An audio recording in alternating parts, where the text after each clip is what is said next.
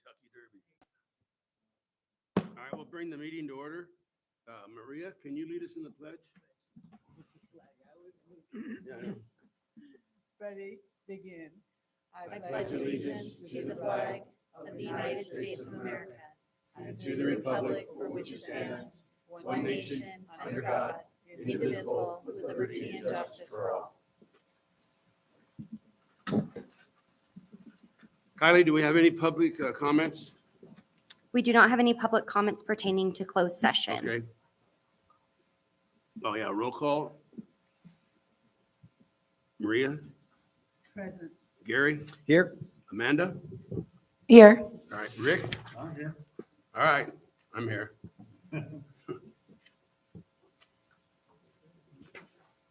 Okay, what we're going to do in closed session, start off with pupil personnel, expulsion case EXP 12, 22 through 23, stipulation number 4, 22 through 23, stipulation number 5, 22 through 23, and annual review AR number 11, 22 to 23, and AR number 12, 22 through 23. Conference litigation, Government Code Section 54956.9, current litigation, 8 cases.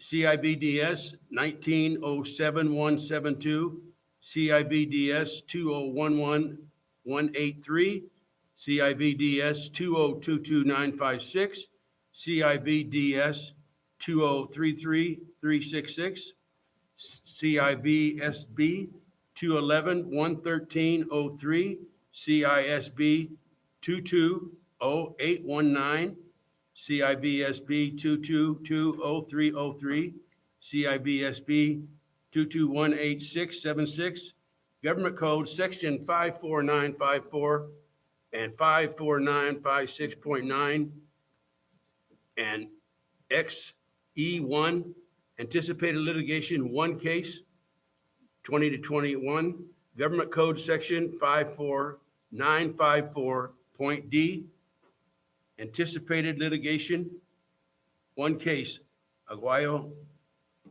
Jesus, public employee, discipline, dismissal, release, reassignment, transfer, leave, title, certificated and classified employees. Public employees, appointed, resignation, retirement, reduction, title, certificated and classified. Conference with labor negotiator, Dustin Conrad, Apple Valley Unified Teachers Association. Conference with labor negotiation with California school employees, Dustin Conrad. Conference with real property negotiations, Government Code 54956.8, negotiation parties, Matthew Schulenberg and Apple Valley Unified School. Superintendent evaluation, we'll be working on that. I have a motion to go into closed session. So moved. I'll All- second. All in favor? Aye. All right. Ooh.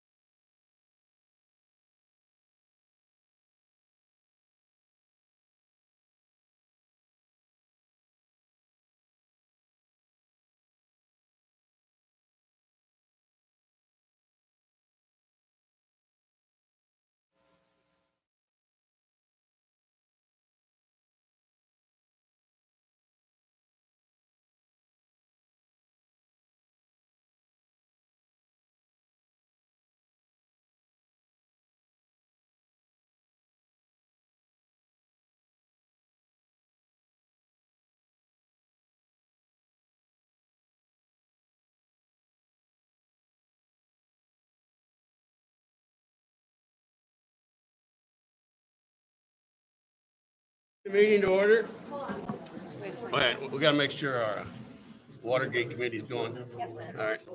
All right, we'll bring the meeting to order.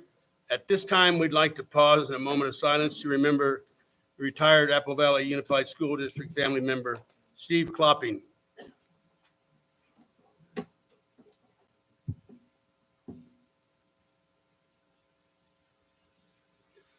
Okay, we're going to start with our student representatives.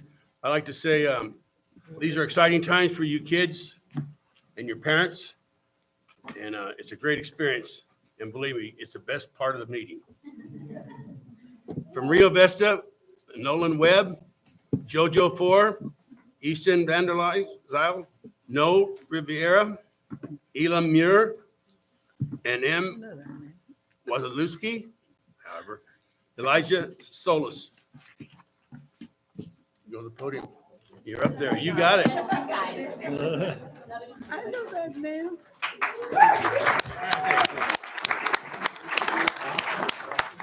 That's cool.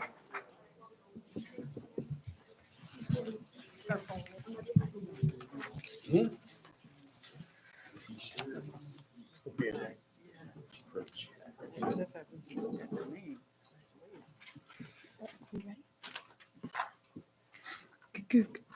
Good evening, Apple Valley Unified School District board members, administration, and guests. My name is Nolan Webb, and I'm the Rio Vista Associated Student Body President. With me tonight, I have my Vice President Jojo Four, Secretary Easton Vanderzil, Secretary Noe Rivera, Activities Commissioner Ella Muir, Pride Commissioner Emily Waleski, Reading Commissioner Elijah Solis, and the rest of ASB. Tonight, we are going to share with you some of the exciting things happening at Rio Vista. But first, we have an activity for you. My name is Jojo Four, and I'm the Vice President of Rio Vista ASB. During our Kindness Week, month, our school made a kindness chain, and it is almost complete. Currently, it goes around our cafeteria almost 2 whole times, almost. So we would like you to help us complete this chain. Right now, we have a couple of our ASB members handing out these strips of paper. We also have markers if you need one. All we ask is that you put your first and last name on paper, followed by a few kind words. We will collect these to add to our chain, and you'll be connected with kindness to Rio Vista.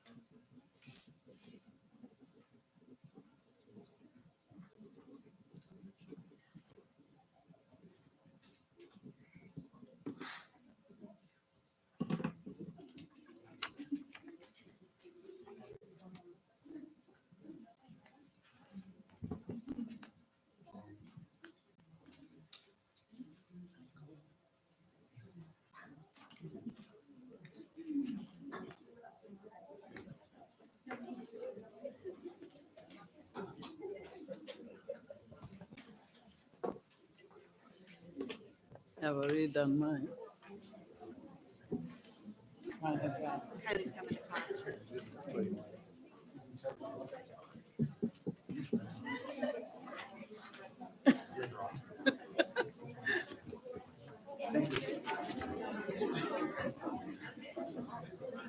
That's so sweet. Now you're part of them.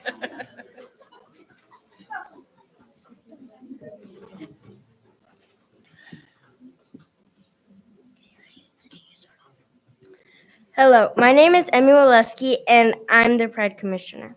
Hello, my name is Easton Vanderzil, and I'm the secretary. In addition to creating kindness chains, the Rio Vista ASP members visited many of our classrooms to do a warm and fuzzy with them. This activity originated from a story about a classroom doing a warm and fuzzy activity with them. This activity originated from, his high school teacher saw that her students were having a rough day that one day. So she had them all take out a piece of paper, put their name on it, and then pass it around. Their classmates wrote kind words on each other's papers. Later on, Mark Eklund died as a Vietnam veteran.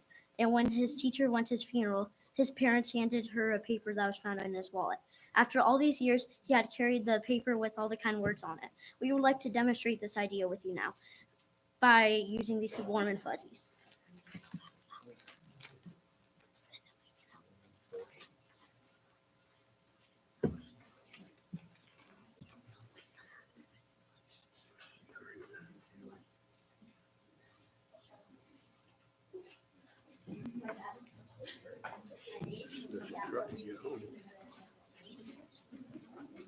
I got the hot pink one.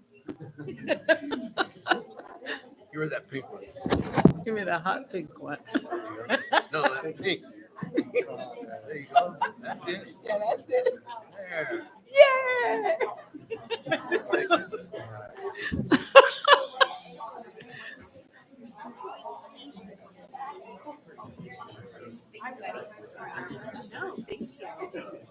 Yeah. I get the idea. I like colors. What? Okay. It's very interactive. Oh, okay. Yes, it is. Okay, thank you. So do you want us to play? Well, thank you for showing up here and doing such a great job. Let me tie one on here so I know how to spell. I just want to say thank you. We could use that at union meetings, couldn't we? Everyone get their. Whose idea was Should be this? a project. That's okay. We just enjoy kids.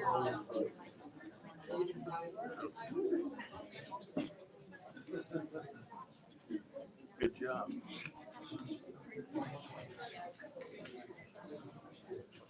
They're gonna collect.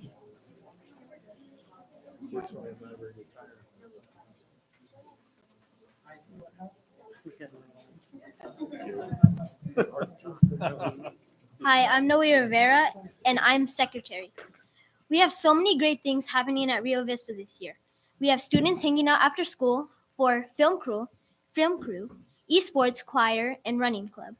We have had several spirit weeks. For example, we have had Child Cancer Awareness Week, where we do penny races. During penny races, we raised over $4,000 for Childhood Cancer Awareness Week. Then we had Thankful Week, where we collected needed items for our community. Deck the Halls Week, where we collected canned food. And Kindness Matters Month. During this month, we created a kindness chain, kindness posters to line our cafeteria with, wrote letters to our first responders, and performed random acts of kindness. Hello, my name is Elamir, and I'm Activities Commissioners. We also have a lot of fun upcoming events at Rio Vista. Today, we celebrated Read Across America Day by dressing up in our favorite book characters and reading all day. Tomorrow, each class is getting together to have reading buddies with the younger kids. And like Noe said, we have many after-school activities like esports, film, running club, and choir. We have family paint night quickly approaching, and we're looking forward to this year's annual color run. I hope everybody has had a good time at Rio Vista. Hi, I'm Elijah Roberts Lee, and I'm the reading commissioner. Kids here at Rio Vista love to read and listen to books that are read by the ASB Reading Committee. We love to read books to kids when the Spirit Week is happening. And not any regular books. We read books with themes that are happening that Spirit Week. We love to read them and see them smile I got some share my hobby to young kids, and I met one of the kids who still remember me from when I read to them. But it doesn't matter if you're one fish, two fish, a red fish, or a blue fish. You're welcome here to read at Rio Vista. All right. That's cool. Hello, my name is Emmy Oleski, and I'm the Pride Commissioner. We have a wonderful group of parents at Rio Vista who come up with all kinds of fun things for us to do.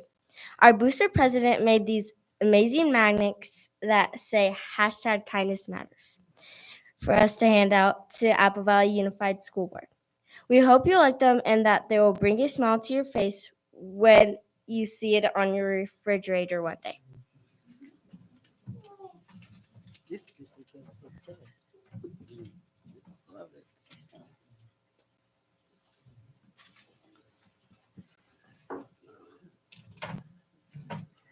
Thank you. Thank you. It has weight to it. Trying this stuff.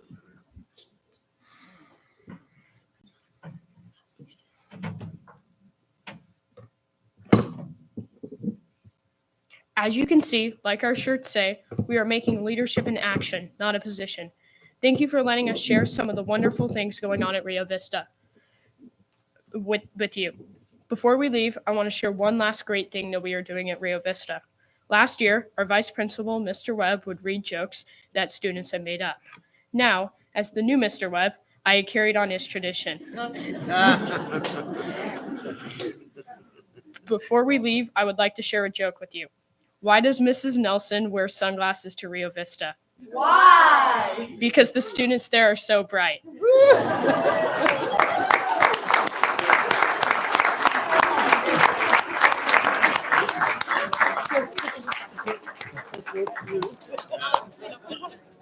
They know this.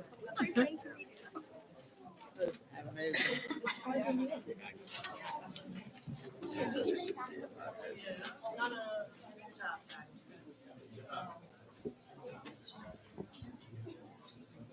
All right, next week from the Phoenix Academy, we have Connor Brown and Star Carrasco.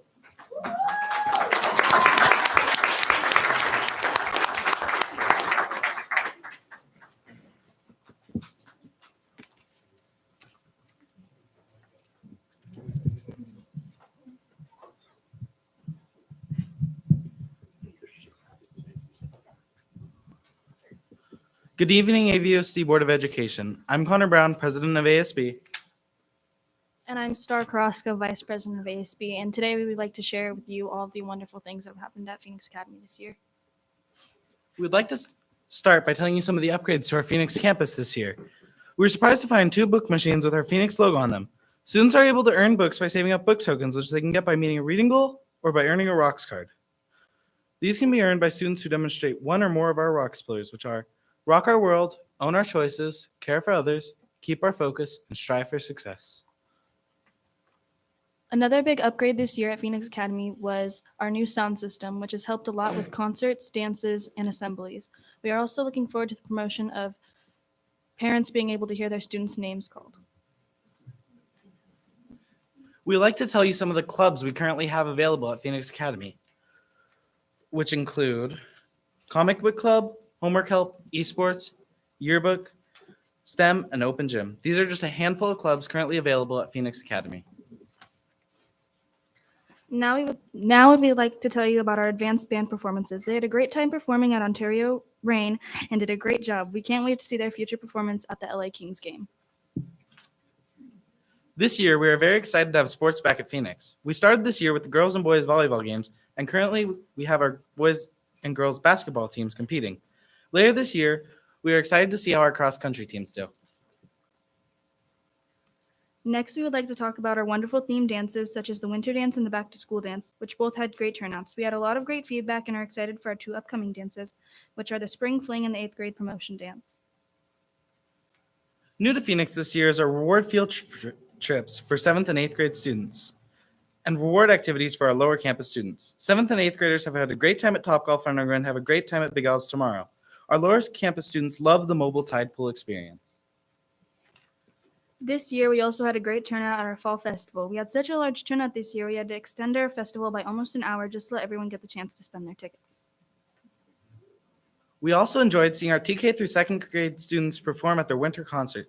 They did an awesome job, and we can't wait to see their performance next year. We are very excited to continue the great things that have happened at Phoenix Academy this year. Thank you for your time.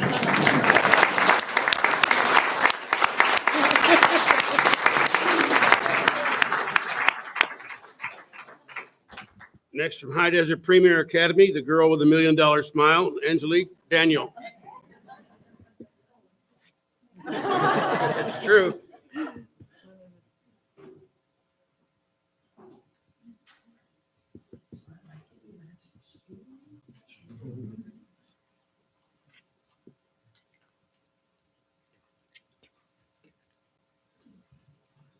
Wow, the middle schooler's taller than me. All right. Good evening, President Bender, board members, and cabinet. I'm honored to stand before you all once again to inform you of the accomplishments and upcoming events of High Desert Premier Academy. I hope you have all enjoyed the snow and cold weather. We have. They made me say that. I don't like the cold. This month is a busy month for High Desert. We are transitioning from third quarter to fourth, and our graduates are preparing for their big day. We are so excited to have a graduation night of our own. I also heard there's gonna, I heard through the grapevine, so don't shoot the messenger, but I heard there's supposed to be fireworks. So, not only will we be celebrating our first night graduation, but we will also host our first High Desert Premier Academy dance. Because of COVID, I didn't get to go to my middle school dance, so I'm super excited to make up for it. And I'd like to personally thank Superintendent Nelson. We couldn't have done it without you. Last week, we honored and had visits by 2 different board members. Thank you, Ms. Okpara and Mr. Arce, for coming to visit our campus and to say hi to all our students and see what our OWL Nation is all about. Unfortunately, I had a family matter to attend to, so I'm sorry I missed you guys, but I'll catch you guys another time. I also wanted to give a shout out to our esports team. Last month, our esports participated in Play Versus and we won. Our team of 5 will continue through the knockout rounds in hopes to go to finals. Good luck to our Owls. Sadly, because of the uncontrollable weather, 2 of our field trips, the Cheech Marine Center to Chicano Art and Culture of the Riverside Art Museum and the Museum of Tolerance, were canceled. We are hoping that these trips will be able to be rescheduled. But until then, we are looking forward to visiting Newport Beach to go whale watching with our biology classes. This month is Women's History Month. And my birthday month, just letting y'all know. We celebrate this month in recognition of the countless women who fought tirelessly for equality, justice, and opportunity in our nation. In honor of this month, we wanted to recognize 2 strong women in our district that should be extremely proud of their accomplishments and the roads they are paving for me and other girls like myself. Superintendent Nelson is the longest standing woman superintendent in AVUSD, and Ms. Okpara is the first Black woman to sit on the AVUSD school board. Congratulations to the both of you.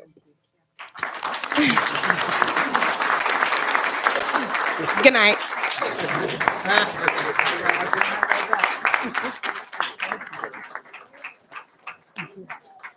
Next, from Grand Hills High School, Zell Babella.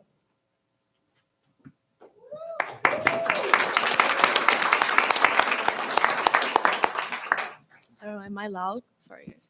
Okay. Good evening, board members, Superintendent Nelson, and attendees. Ashley couldn't make it tonight, so instead, you got stuck with me. Sorry, guys. It's Bella, Granite Hills High School's GC Vice President and Student Representative. As always, lots of things going on at Granite Hills High School. Last week, students enjoyed Black History Month programs where students and staff showed off their talents and performed songs of justice, civil rights, freedom, and hope to create a fun learning experience and a celebration of Black History Month. And a huge shout out and thanks to Mrs. Mosley for making this all happen. Last weekend, we also had students compete for Skills USA with 21 students advancing to the state competition in 10 different contests. Students earning the gold medals were Aiden Conrad for electronic technology, Edwin Seiler and Madison Lucan for our video game design team. Sophia Milan won a silver medal for medical terminology, and our bronze medal winners were Kimberly Lopez for NA and Araya White for practical nursing, Connor Favorite and Blake Smith for our mechatronics team. Our CTE programs are getting stronger every single year, and students will continue to compete in the weeks to come in other competitions, such as our Granite Hills High School Chopped Culinary Competition at Sultana High School and our second annual MDCP Hackathon. Other upcoming highlights are the 8th graders visiting next week, HS Awareness Night, and AVUSD Special Olympics Field Day we are hosting. Going into our athletic department, winter seasons are now officially done. 3 out of 6 of the winter sport programs went into our playoffs, and the girls soccer even won their 5th straight Desert Sky League title. Spring season, though, has had to come to a bit of a setback due to the weather, but we have been able to get some games, just not as many as we would like to. We are hoping for our weather to start clearing up starting next week to really start the season off. Although our softball team is playing in the championship game of their tournament this weekend, which will be the first time they'll be doing this in 5 years. Aside from keeping track of sport events, the athletic department is also hosting their second annual Sadie Hawkins Dance April 1st, and our tickets have just begun to sell out earlier this week. Talking about dances, Winter Formal last month was a huge hit. We sold out on all of our tickets, and if Ashley were here, she would tell you that it was so much fun and there was a lot of dancing and happy memories being made. ASB held a Spirit Week just last week, catered to our seniors. We had fun days such as Celebrity Day, Rhyme Without Reason, which was a little confusing, but it's like I'm in my PJs and you're a DJ.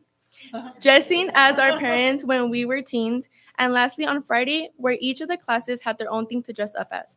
Freshmen were babies, sophomores were teens in their early 2000s, juniors were middle-aged, and seniors were senior citizens. ASB also hosted a pep rally just for our seniors where the prom theme was revealed, and we had many of our talented senior cougars come out to perform. I'm super excited for the upcoming months as we reach the end of the school year. Together as our campus, we have been super busy putting together all of the end of the school year events and activities that we are super excited to talk about when the time comes. In the meantime, I hope you guys stay warm, stay safe in this crazy weather, and also remember, maroon and gray lead the way.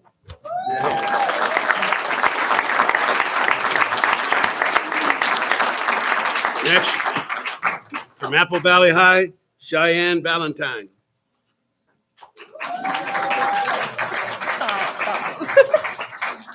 Before I start, I just want to give a shout out to the elementary schools that spoke tonight. You guys did so amazing, way better than I could do. So just a shout out to you guys. Anyways, good evening to the board, or to the members of the board and attendees. My name is Cheyenne Valentine, the Apple Valley High School ASB line president. Today, I want to talk to you about how our second semester has been so amazing so far and all of the plans that we have for the upcoming weeks. Last month, we worked on so many different activities that got the students involved on and off campus. We have continued to work on this year's Sun Devil by planning, holding practices, and even having a media day at the Apple Valley Airport with our computer and media program.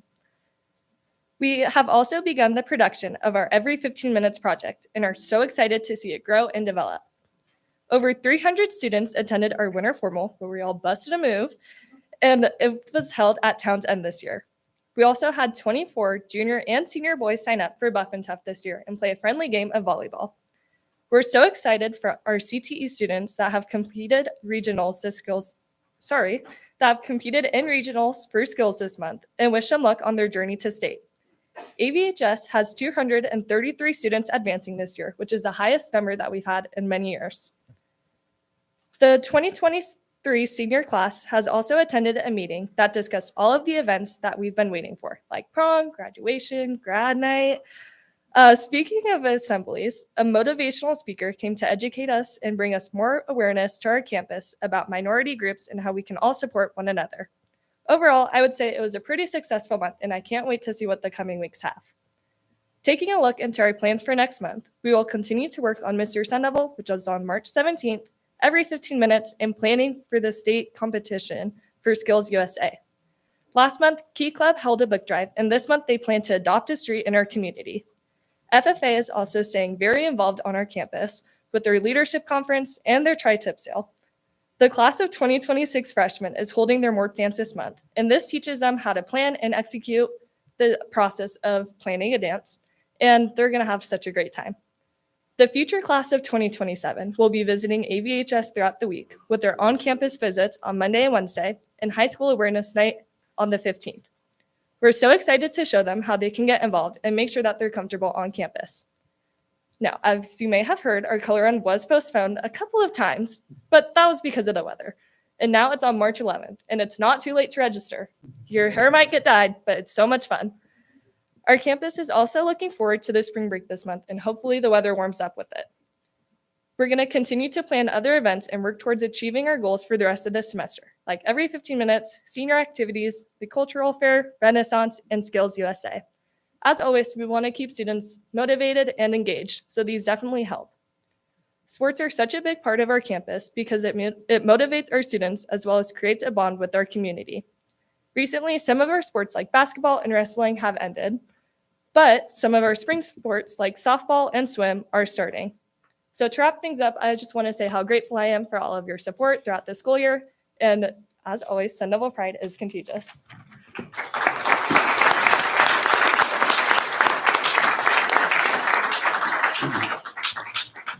We have some reports here. The California School Employees Association, CSEA. Not here, okay. Apple Valley Unified Teachers Association, AVUTA. Good evening, board members, Superintendent Nelson, assistant superintendents, and audience members. I hope tonight finds everyone doing well after a day filled with sunshine. My thoughts and prayers go out to everyone snowed in the mountains. I know at least one teacher that is among them and very stressed. Many of us hope the weather continues as we are headed down to the Good Teacher Conference this weekend. AVUTA is excited that we are able to send 28 teachers this year and hope that next year we can send more, as more would have liked to have joined us to learn some tips, tricks, and great practices for the classroom from other teachers that teach throughout California. We are hopeful that the district will be able to help us send teachers next year as well. AVUTA is gearing up to provide teachers with grants for their classroom projects and scholarship for members' children as they move into higher education. We appreciate the district working with us to change the event scheduled on Tuesday so that our committee members can work on this. AVUTA continues to strive to build those positive relationships throughout the district. I truly appreciate the fact that the district has given me a chance to speak with administrators when concerns arise. It is helping us to create those trust-based connections and be proactive in addressing issues and concerns that arise on campuses with our members. Our relationship with our members runs deeper than contractual issues. We advocate for positive relationships between members, classified employees, and administrators in order to promote a positive school climate and school culture. We understand that when our members feel supported, respected as professionals, and treated with dignity, it not only raises school student achievement, but it also makes the administrators' lives happier and easier. AVUTA leadership not only cares about how the administrators themselves feel and their concerns, but we also appreciate the willingness of most administrators to have an open and honest discussions, the encouragement of an open door policy to discuss all concerns and contractual issues at any time, not just during the monthly site rep and administrative meetings, and the willingness to be active listeners. We do encourage our members to speak to the administrators themselves. However, when those relationships are broken, members confide in the site reps, and they or an exec board member step in as a conduit between the member and the administrator. There are a few sites where the relationships are not developing the way we had planned. However, we remain optimistic. We all take pride in speaking of AVUSD as a family and treating each other with respect and dignity, not only in how we speak to each other, but in the body language we use when interacting with each other. Thank you for listening. Have a great evening and enjoy your spring break coming up in a few weeks. In solidarity, Karen. Thank you. Now, a few words from our superintendent, Renee. Okay, Nolan, I'm just going to tell you, you and the Rio Vista students are extremely bright, and I have new glasses that are transition. So if I just walked in, I would have shades on. So I've had to take them off multiple times today at school sites. Angelique, I'm so excited you guys are doing the whale watching because that was one of the desires of the student advisory to get to do some outdoor education and things like that. So congratulations on making a move at the school.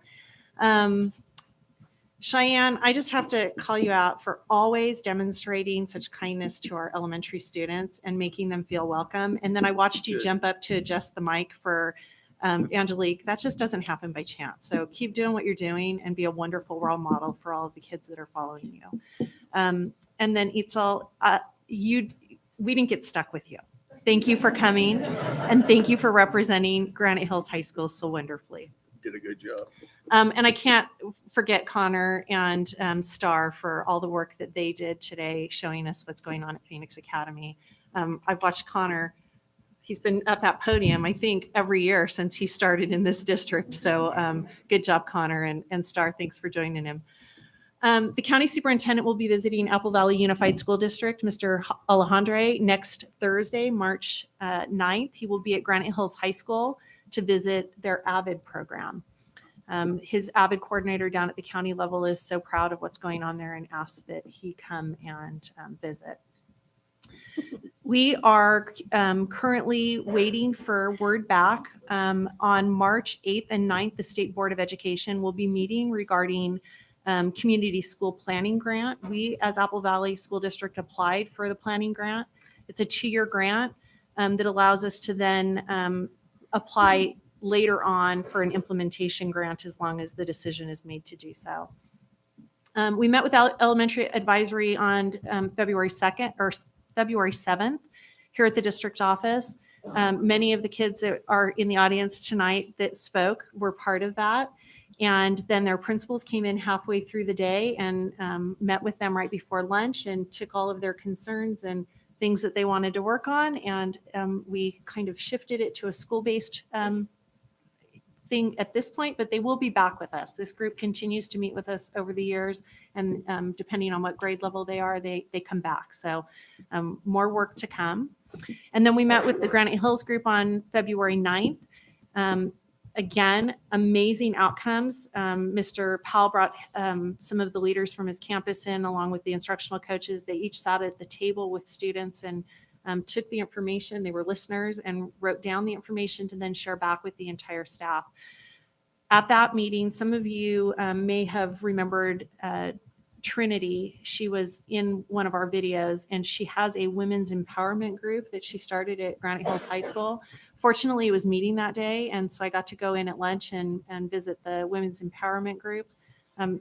She and Susanna have a lot going on in there, and they have some young men that are joining them, and I thought, smart young men, hang out with the women's empowerment group. And then the county superintendent's advisory will be taking place on March 15th. Kylie will provide you information if you're interested in participating in a panel for that. It happens, they do it over in the Hesperia Unified School District workroom. And then Women's History Month was mentioned, celebrating women who share their story. I was able to go out yesterday to the Victor Valley Federal Prison. Initially, when they called me and asked if I would come speak, I thought I was coming to speak to the prisoners, but I was then told I was speaking to the staff. I prepared my speech for the women staff, and then it was filled with men. And so I had to on the fly adjust to thank them for supporting the women in their life and to tell their stories.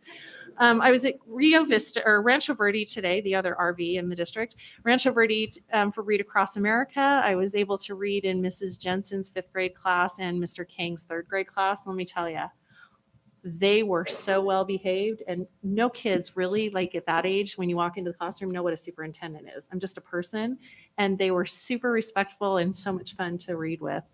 And then I also was at Desert Knolls today for Brent Robinson. He was he read his New York Times best-selling Ferguson's Forest. He actually attended Sandia School as elementary, Vanguard as a middle school student, and then graduated. He was a 2018 graduate of Granite Hills High School, but he was in Mrs. Lopez's class at Sandia. She's now at Desert Knolls, so she got him to come and read. And Mrs. Watt made magic happen because several of his teachers from Sandia got to come and watch him do his reading. So Martha Lopez was there, Sean Rickrell was there, Mary Swanson, who's now retired from the district, and Marie Vastine. Pretty amazing to see a student from 2018 who's published in a New York Times bestseller. And then I would like to give Mr. Schellenberg a second at the mic to talk about the Granite Hills Stadium because there's some exciting stuff coming, and I know it's important to everybody that's out in the audience. Yeah, thank you, Ms. Nelson. I'd just like to update the board and the audience, moving forward on the Granite Hills High School Athletic Stadium. We do have our construction manager on board, and we have prepared what's called a RFP, a request for proposal for architects. We'll be publishing that on March 15th. And it is our intent to bring to the board an architect for your consideration and hopefully your approval to start the design of the athletic facility for Granite Hills High School. So we're looking to bring that architect the second meeting in May after we go through the selection and interview process. Thank you, Matt. Thank you. All right, board comments. Rick, Raleigh? Sure. Well, first off, I've been on this board for 4 years now, and I've listened to quite a few presentations from students. And I tell you, each time they get better and better. And some of these kids, you can tell, that get up and speak up here, just have I guess the word would be success. You can just tell they're going to be successful in life, the way they speak and hold themselves and act. And the parents that are here should be very proud of some of these kids that come up here, because it's not easy to do, to speak in front of a crowd like this. And I'm impressed all the time. And so with that too, we have our own student that goes to school here, and we have her mother sitting at this dais here. It was Kylie at the very end. And she has a son named Brady. Is Brady correct? Yes. And he was picked out of thousands of kids to race in Nashville, Tennessee, the Supercross, in front of probably between 60 and 75,000 kids. And that's going to be in April. And so I'm hoping that we get some publicity, the local paper picks up on that, because it's really quite an accomplishment. You just don't throw your hat in the ring and get picked. You have a lot to step through. So congratulations to Kylie's son. It's going to be a star, and it's televised live on NBC. We should make him come and sign autographs after There he's you go. raced, right? We'll do that. We'll get him to a board meeting. So anyway, keep up the good work, everybody. So I'm really impressed. Thank you. Amanda? All right. Hello. I apologize for my voice, you guys. I think I have been sick. Well, I'm not sick anymore, but my voice was gone for like 2 weeks. But I've been under the weather pretty much since about 2 days after the last board meeting. So first of all, thank you so much to all the students. Just like Mr. Raleigh was saying, every month it really is such a joy to hear what's going on at your campuses. And you are so very well spoken. So Skills USA, I have to tell you, the day that the results came out, and I'm going to see if I can slip this out. I went onto the website. I first had to call a friend of mine and be like, what region are we? Because I could not figure it out. It was like so hard. So I found out region, I think it was 7 off the top of my head. 6, just kidding. I wrote it down. So I started pulling up everybody that like won. I'm not kidding. This is like 12 pages long or more. Like it's just page after page. And these are just our district winners, mostly Apple. Yes. You guys dominated. Like it was so fantastic. Every time I clicked a new category, I was like, dang, there they are. So, keep it up. That is just fantastic. And good luck when you do go to nationals. And I am looking forward to, I believe, Ms. Akpar and I are going to attempt to come out to Apple Valley High School for the Addams Family Musical. So we are looking forward. We got to pick a day. We did make it out to Granite's play this semester as well. So we just want to come see that one as well. I'm gonna. Some of the teachers were sent to a training for Kagan, and it's been so exciting. I just have to brag, like your teachers are so excited about the strategies that they learn there, and it's really great to see like the joy. I've seen some posts on social media, and it's really great to see that fire and like, knowing that the kids are so much more engaged in their learning. And that has been awesome to see. And then finally, because it is Read Across America Day, I just have to show you, I tried to pull it up a minute ago. So my daughter was Captain Underpants today. I don't know if you can see. So yeah, they picked their favorite book character. So, and I loved seeing all over Apple Valley, all the parents posting all their kids and what they were doing. It was fantastic. So yeah, it is just, Apple Valley is a very special place. So we have 2 weeks and a day to go until spring break. So just, you guys are almost there, and then enjoy your break, unplug for a little bit, and we'll see you back for that last long haul to end of the year. Thank you.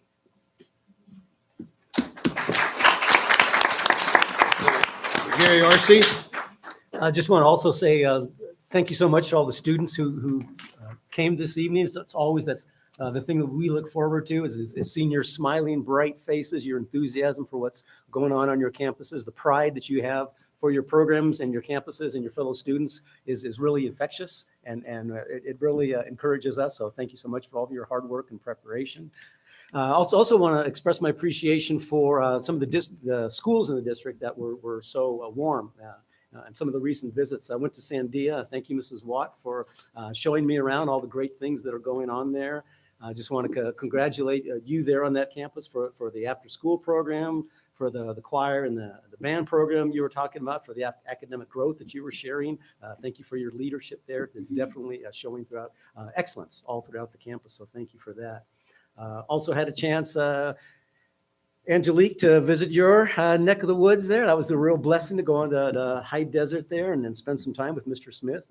Really enjoyed that as he was filling me in, and I was able to see firsthand the school culture, just the tremendous camaraderie that's present on that campus. It's very obvious, and it's also something that's kind of rare. So you guys are at a special place, and you and all the students are part of that, as well as the staff and Mr. Smith and his leadership. So thank you for that.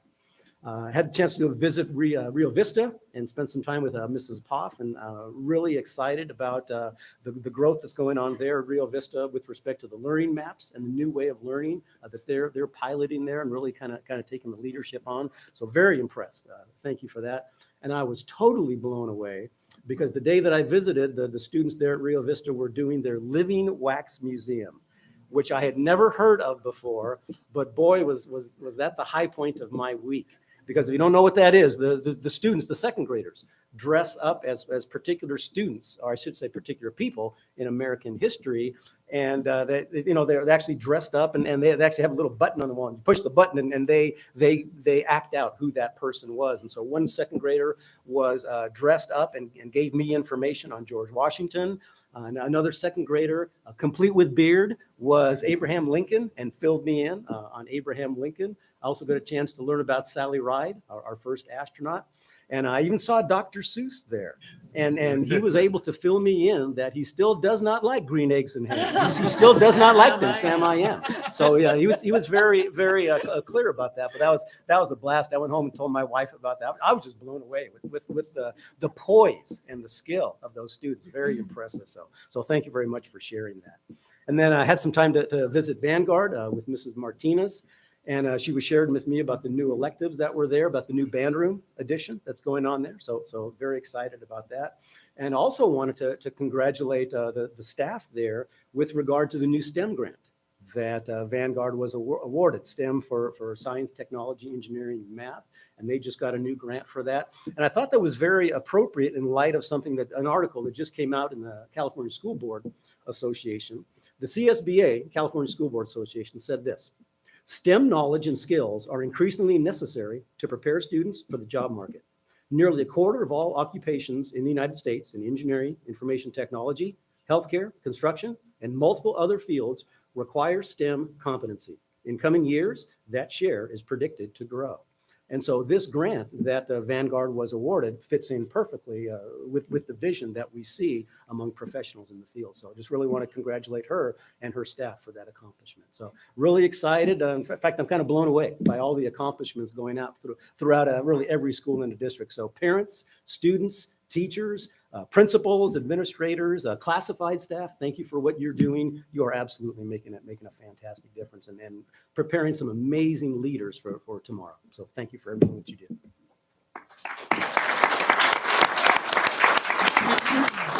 Maria? Well, good evening and welcome to a school board meeting.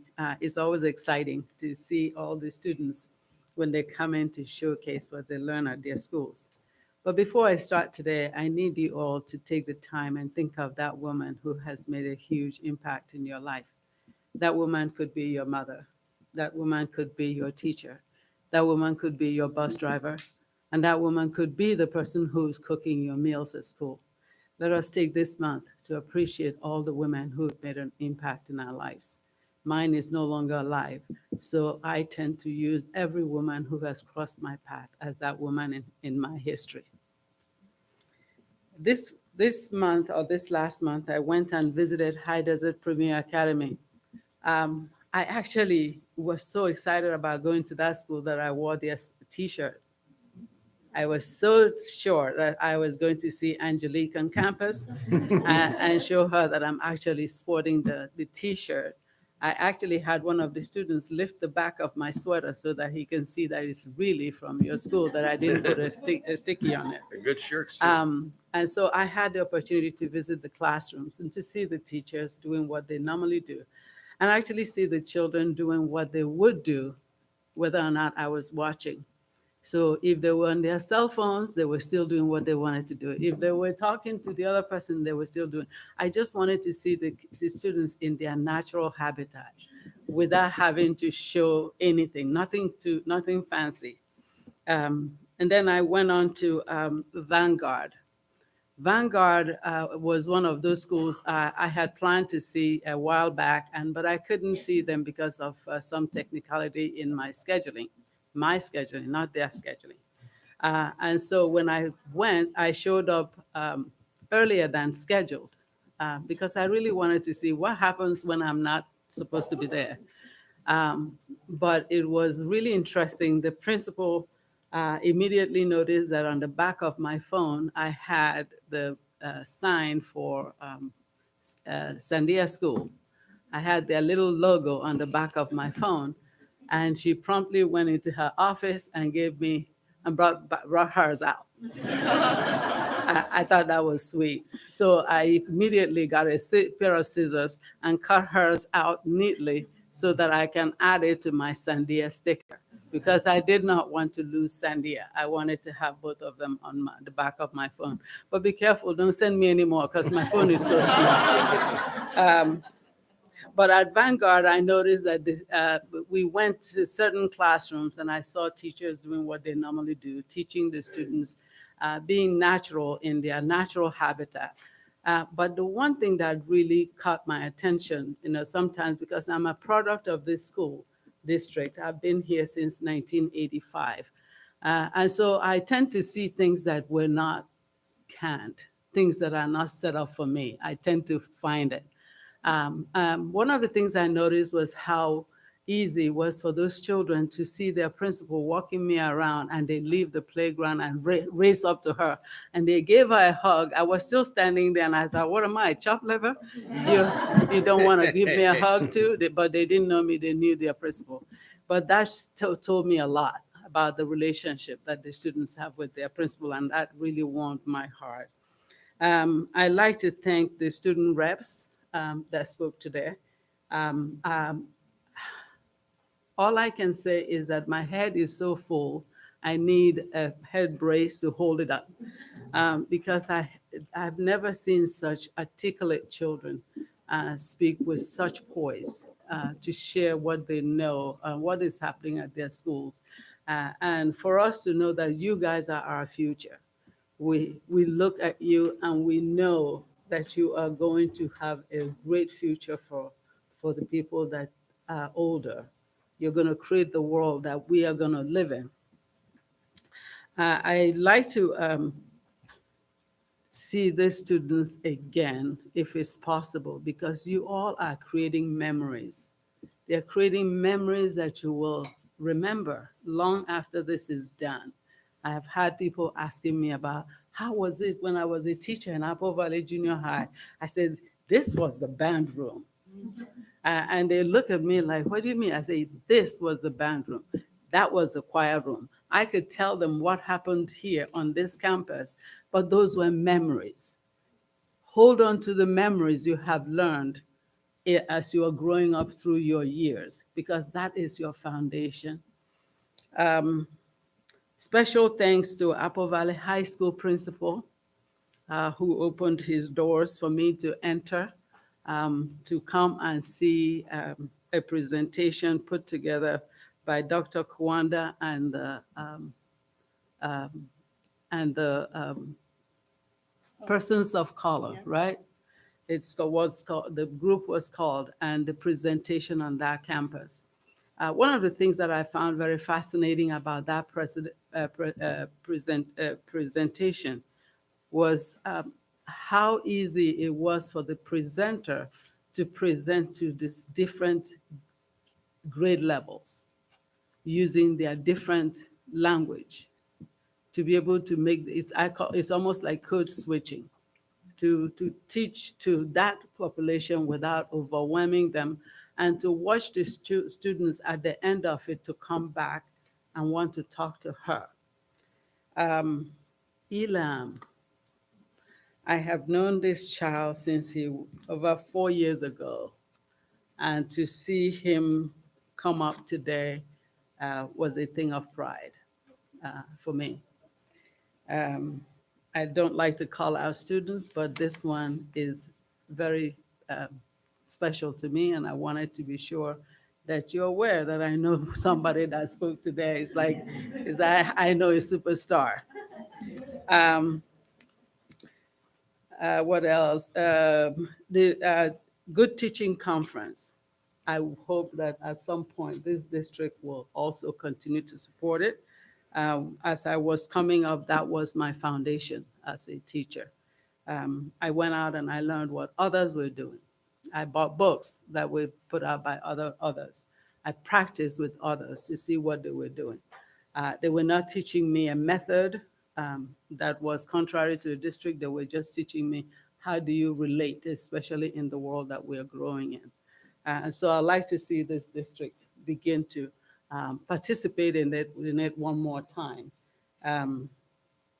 And outside of that, I can say I am really, really proud of our students today, and I hope to see you again next month. Have a great evening. Thank you, that was good. Well, mine's gonna be short. I did a few words for some of you that are seniors here. You come back from the break, you got 8 weeks of your high school career left. You're gonna have your AP exams, you're gonna have your prom, and then it's gonna be graduation. It's gonna come at you at warp speed. And all you youngsters here, you got that to look forward to, because education is what will take you ahead in this life. It really will. There's nothing to stand in your way. Thank you. You guys are excused. Go home and study.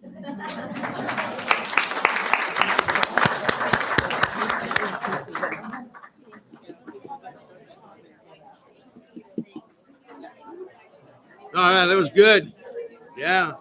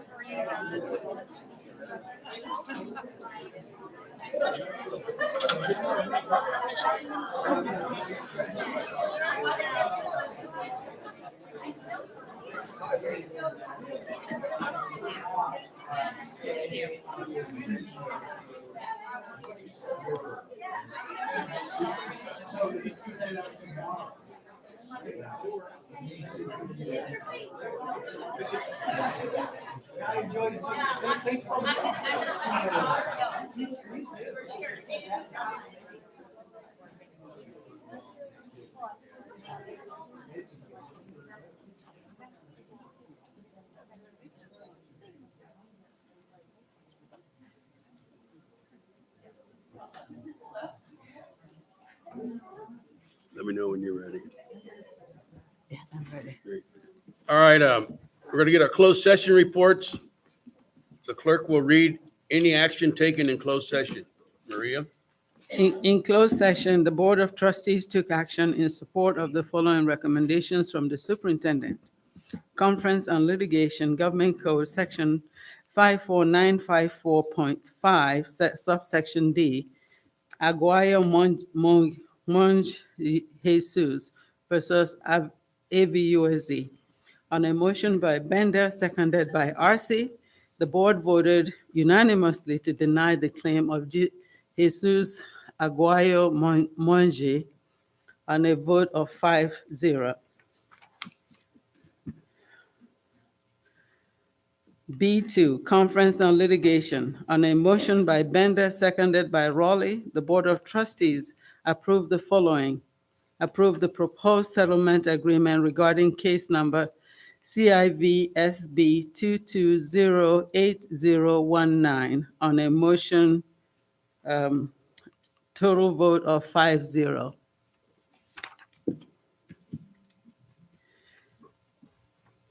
In closed session, the Board of Trustees took action in support of the following recommendation from the superintendent. Public employee discipline, dismissal, release, reassignment, transfer, leave, certificated and classified employees. On a motion by Buchanan, seconded by RC, on a vote of 5-0, the Board of Trustees approved the following. Approved the non-reelection of the following certificated probationary employee, number 7925, identified by employee number, effective June 30th, 2023, and direct that the superintendent or her designee give written notice thereof as required by law. Conference with labor negotiator. On a motion by RC, seconded by Raleigh, the Board of Trustees approved the following. Approved the memorandum of agreement with the California School Employees Association, Chapter 828, dated February 16, 2023, regarding Article 22, Transportation Department Procedure, Section B, on a vote of 5-0. I say yes. Conference with labor negotiator. On a motion by Bender, seconded by Okpara, the Board of Trustees approved the following of a vote of 5-0. The memorandum of understanding with the California School Employees Association, chapter number 828, dated February 9th, 2023, regarding an increase of hours effective February 1st, 2023.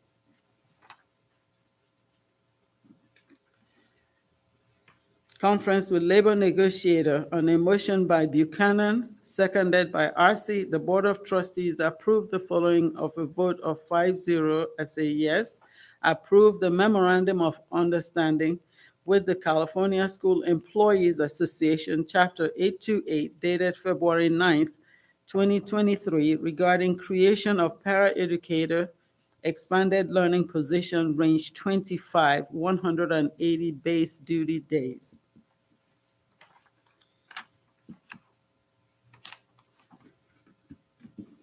On a motion by RC, seconded by Okpara, the Board of Trustees approved the following. Approved the memorandum of understanding with California School Employees Association, chapter number 828, dated February 15, regarding an increase in range based on the classification study effective March 1st, 2023, of a vote of 5-0. Thank you. All right. The adoption of the agenda, the board may approve the agenda as is or add and pull items from the consent agenda for discussion. Do I have a motion? So moved. Mr. Bender, can I recommend that we pull item I2 and not take action tonight on that? We will bring it back to the next board meeting. There have been some changes since the last, since it was posted, and one of the universities is listed as Brandman and it's now UMass. There is another university that needs to be added. And so we'd like to just pull it and bring it next month. Okay. I move that we poll item I2. Thank you. I second it. Okay, all in favor? Aye. Aye. Next, we have a presentation on the second interim by Mr. Schulenberg. Thank you, Mr. Bender. I'm trying to get my presentation up on the screen. You do have a copy of that in front of you at your space. Help IT. I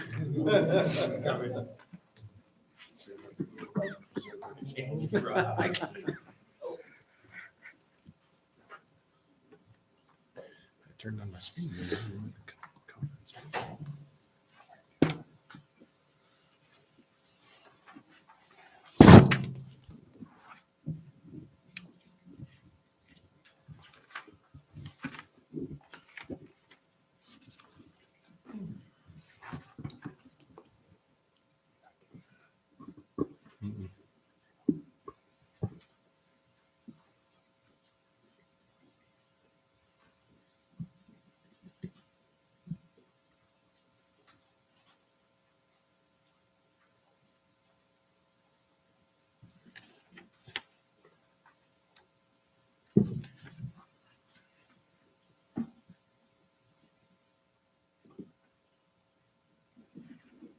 For the record, this is what teachers probably have to deal with.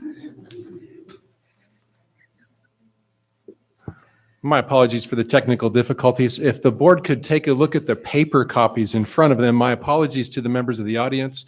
It doesn't look like my screen is going to be agreeing with this evening. So for the board, if you would take a look at slide 2, you got 2 slides per page. So slide 2 on page 1, you'll see this is our interim reporting. For the audience, the interim reporting is the financial condition of the district at some points throughout the year. This is the second interim. So this is our financials as of January 31st. This report is due to the county by March 15th, hence the presentation.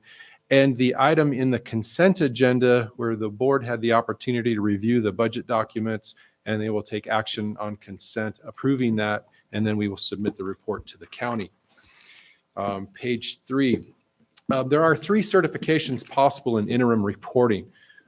Positive, qualified, and negative. Apple Valley Unified will be filing a positive qualification, which means through the budget cycle, which is 3 years, current and 2 more years, we will meet our financial obligations based on what we know today and the assumptions and projections that we're utilizing. Qualified means we may not meet those, and of course, negative is we will not meet those. But we will be filing positive this evening. On the next page, page 4, just some list of some documents that we utilize. What I'd like to point out there is we use the state adopted budget as of June 2022, along with the governor's January budget proposal, which came out a couple months ago. And then the School Services Dartboard. School Services is a consultant in the state of California that really has the pulse of the finances, and the widely accepted Dartboard is an information document we use. Next slide, I think we're on to number 5 now, the ADA assumptions.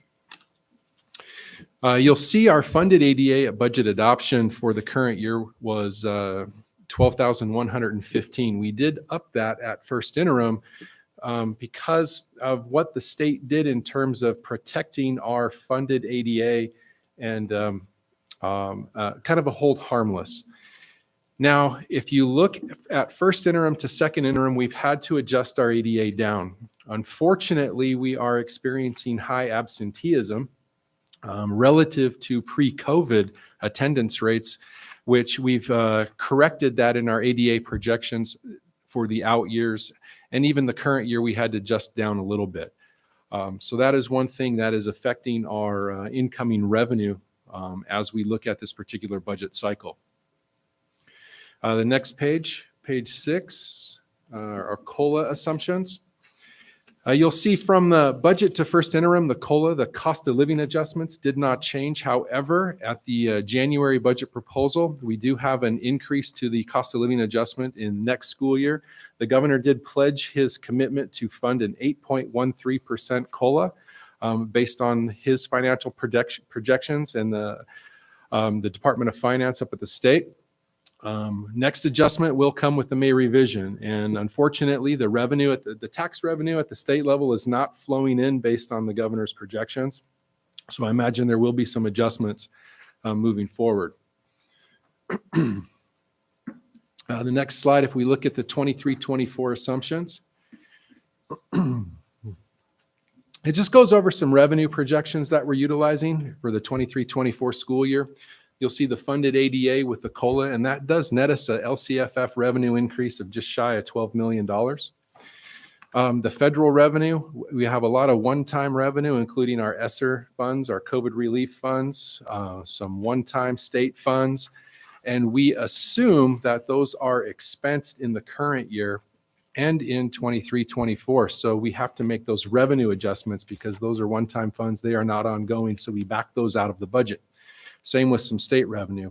Now, what that does is that normalizes our federal and state revenue assumptions to kind of their pre-COVID levels, because the governor, the federal government and the governor of California really threw a lot of one-time money at school districts. And that money is being used to support our operations the past couple years, this year and next year. And then we are assuming that money is expended or expired.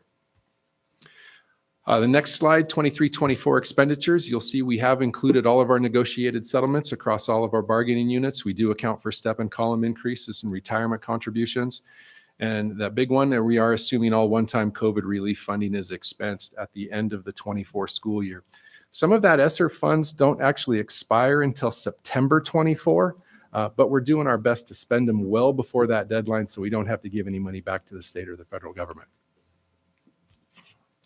You'll see the 24-25 assumptions on the next page. Again, our funded ADA with the COLA 3.5%, with the LCF revenue increase of approximately $5.2 million. Now, there are no adjustments to federal and state revenue for the 24-25 because we made those adjustments in the 23-24 year, in year 2 of this particular budget cycle. So you'll see fairly consistent federal and other state revenues in the budget.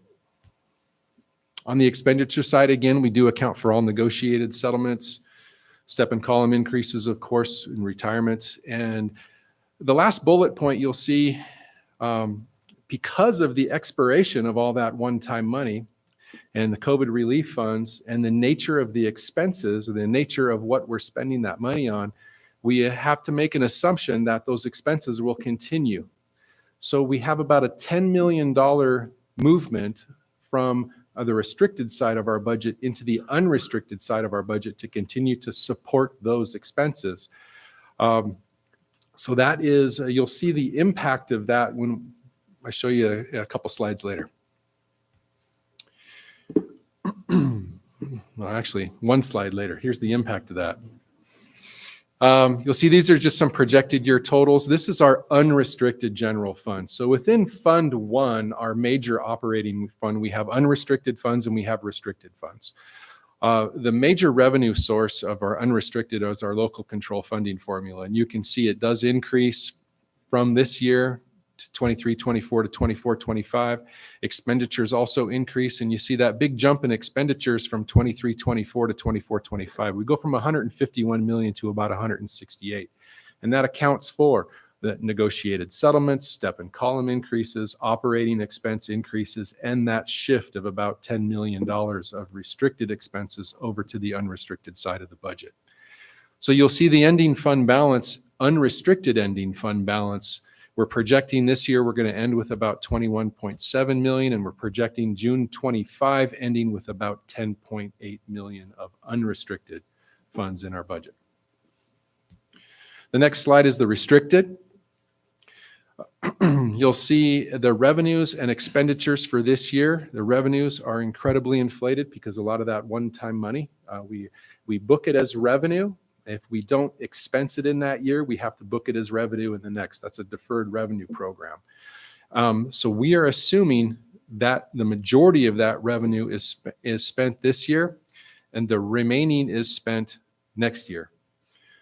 So 24, 25, that's a more normal. However, you still do see a deficit spend because we are assuming that all of our restricted program funds are expensed by the end of this particular budget cycle.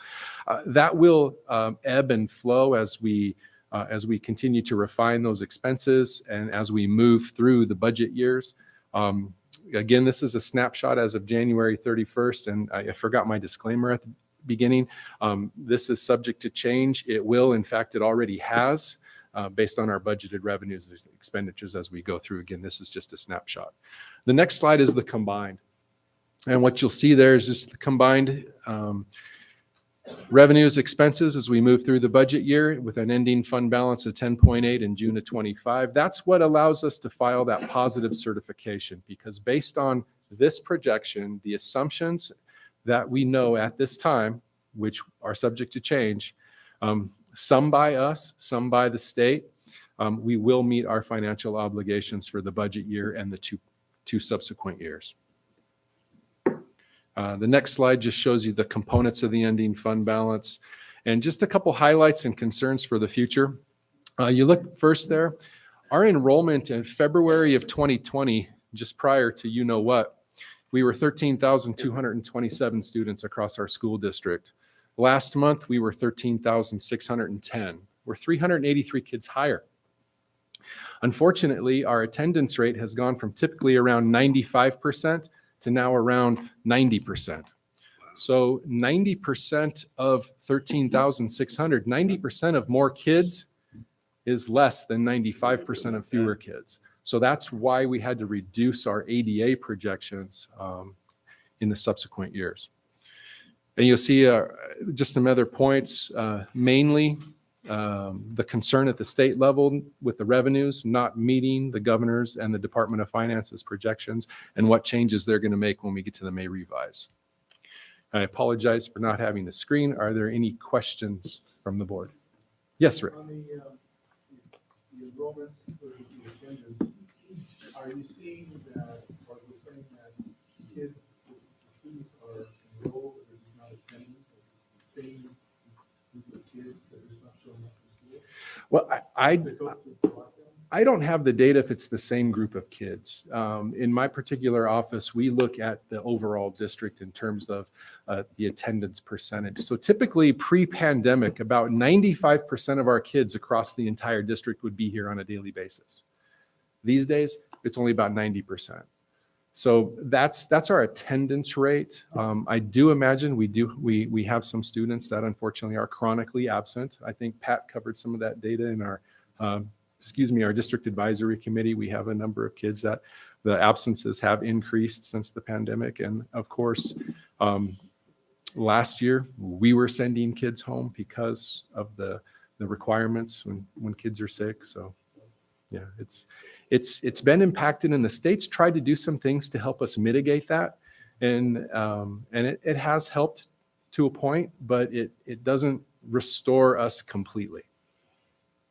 Yes. Thank you.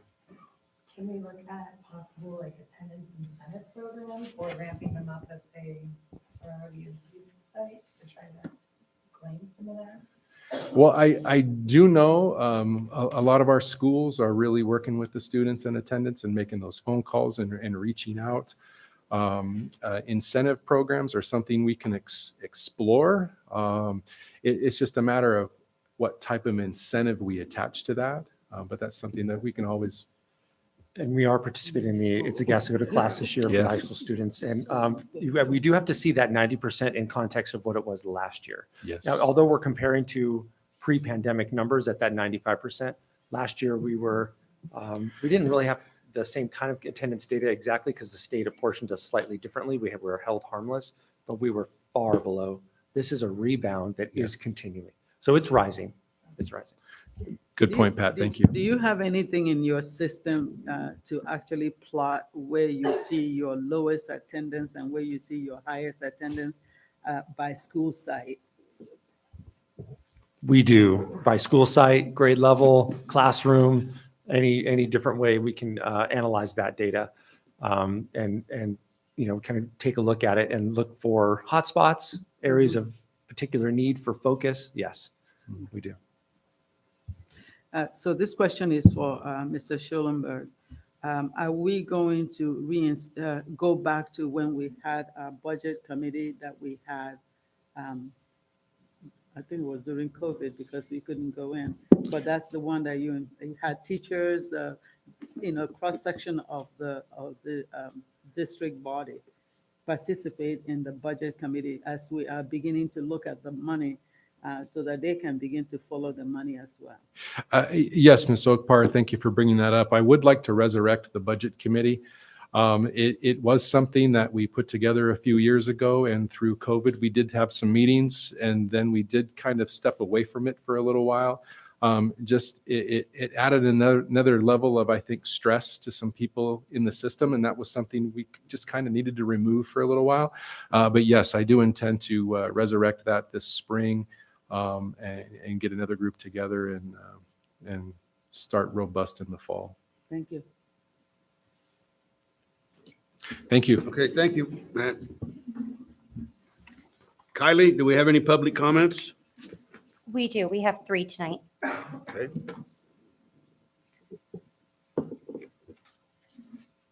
Zach, Apple Valley teachers? No. Excuse me, your address in, Granite Hills. I taught with you, I know that. Your World War II course, it's a great course he's teaching. Knowing that there would be technical difficulties tonight, I brought everything on paper. That's 28 years of experience.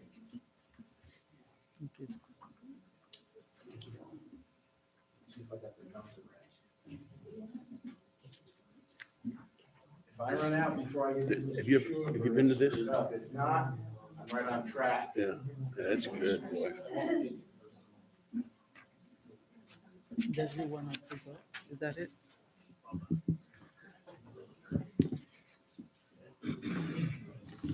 Thank you.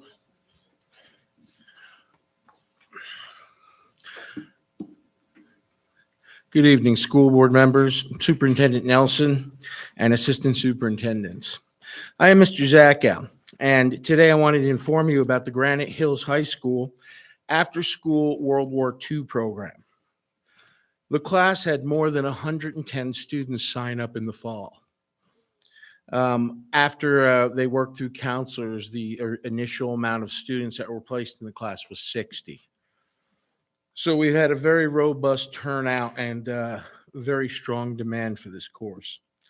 The class went on a field trip to March Air Force Base, and you can see slides up on the projector, as well as I gave you a few pictures to be on the safe side. 24 students, myself, Mr. Taglianetti, and Mr. Rizzo, they're my associates, also history teachers. I'm trying to pass this knowledge on so that younger teachers will be exposed to this various information. Some of the planes we looked at, if you look up on the screen, that's a B-29 Superfortress. That is the plane that dropped the atomic bomb on both Hiroshima and Nagasaki. And there you can see the class. I took them around the plane and I explained how the engines worked, how it was the first pressurized and heated plane in history, how it could fly at an altitude of 60,000 feet, which is almost the stratosphere. It was the only plane able to go above 50,000 feet in World War II. There you can see there's the instructors, myself, Mr. Taglianetti, and Rizzo. This is the front of the plane where the bombardier would sit. And this was also the first plane that had robot guns on it in World War II. The actual gunners didn't touch the guns. They sat in armored compartments with video cameras, and there were videos on the machine guns, and they literally used like a joystick, like a video game. First weapon ever like that. This is a replica of the first atomic bomb, the little boy that was dropped on Hiroshima. And the students got to walk around. This is a B-17, the Starduster. That plane actually flew over European skies in combat in World War II. It belonged to a general, General Aker, who would fly over. with his men. And there you see there's a picture of the bomb bay. Those are actual bombs, but they're defused and they are de-armed. So the students got to see up close and personal the actual planes that were used in strategic bombing in World War II. There were actually also some planes that were inside the museum, and the students were able to actually sit inside some actual planes and jeeps. They were allowed to handle actual 50 caliber machine guns that were demilitarized. They were welded shut so nobody could open it, put a bullet in it. The barrels had cement inside of them. So there were mock-ups of the planes. There's a student right there that sat in a plane. And I believe there was a student in a Jeep, a World War II Jeep. And I believe, okay, this is a replica of the British underground railroad tubes. They call them the tubes, where people would sit during air raids that the Germans would bomb on Britain. And here we have the replica of the B-17. There's Mr. Taglianetti with a 50 caliber machine gun. Notice he's smiling. He's happy. Now, this is one of my students, David Mercer, and Mr. Rizzo's behind him. Notice he's smiling and he's happy. Look at that. This is a 50 caliber machine gun, and we went into great detail. These are two of my students, Ms. Meza and Ms. Zaragoza, and they're each handling one half of the 50 caliber machine gun. Notice they're smiling. And here's Mr. Zacco shooting down the Red Baron, showing them how it's done. I'll get you, Red Baron. Okay. So again, the students had a wonderful time. The day was beautiful. It was 55 degrees. The sun was out. There was no wind, and there was no traffic in the pass going down or coming up. That's great. The class was like, Mr. Zacco, you must have magic power. And here we are getting on the bus at the end of the day.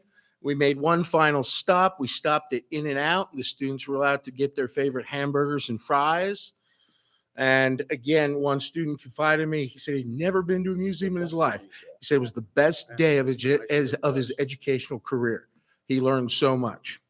I'd like to thank Mr. Rincon. Mr. Daniel Rincon helped me immensely getting this field trip going. I'd like to thank my principal, Mr. Powell. He was incredibly supportive. I'd like to thank Mr. Schlosser, again, always very supportive of these sort of events. And the class genuinely appreciates everything you did.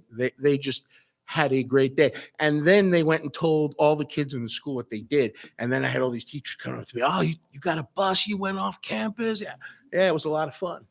Okay, it was a lot of work. I did 4 roll calls to make sure we didn't lose anybody. That was my greatest fear. We'd get up in Apple Valley. Some kid would call me, hey, I'm still down at the air base in a plane. I just woke up. I told everybody we're going to avoid that. I hope that we can continue the World War II class. I feel it's very beneficial. It teaches a subject that gets greatly overlooked many times. And again, if I have the opportunity, I'll teach this class again next year, and I'll take the class back down again next year because it was a great learning opportunity. Thank you for your time. Have a very good evening. Thank you, Zach. I'm sure they enjoyed that.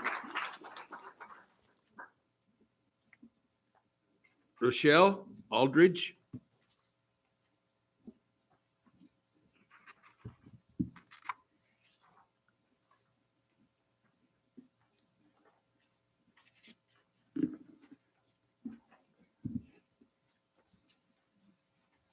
Good evening. My name is Rochelle. I am reading this on behalf of a parent who wants to remain anonymous in the case of retaliation. Good evening, Mr. Nelson, or I'm sorry, Ms. Nelson, Mr. Conrad, Mr. Scholzer, Okay, I'm not from this district, so bear with me. I am super sorry. And the rest of the board and the committee that is here. I'm coming to you this evening due to situations I have witnessed with Principal Martinez at Vanguard Preparatory School. I would like to bring your attention to some changes that have been made and I have noticed when I go into the office. In the past, when I would go drop off something, pick my student up, etc., the office was very pleasant and a light feeling. The last few times I have been into the office, you can feel a change has occurred. The staff places a false smile on their face to greet the parents. Demeanor is different. The light feeling in the air has now been taken over by a heaviness in the air. One occasion recently, I stopped in to drop off items to my student. With that stated, the ladies and I got into very general conversation during the time, and the principal came out from a corner, I would assume was her office area. She came to the front desk and asked if I was being helped. You could obviously see I was. But presented to me, the principal did not want her staff to have interaction with me. How uncomfortable this was, not only for me, but for the ladies too. I would refer to this as micromanagement and control situations taking place. I again went into the office last week to inquire on the wait list. I spoke with the front office, was informed the wait list was now 100% controlled by Principal Martinez. I was flabbergasted.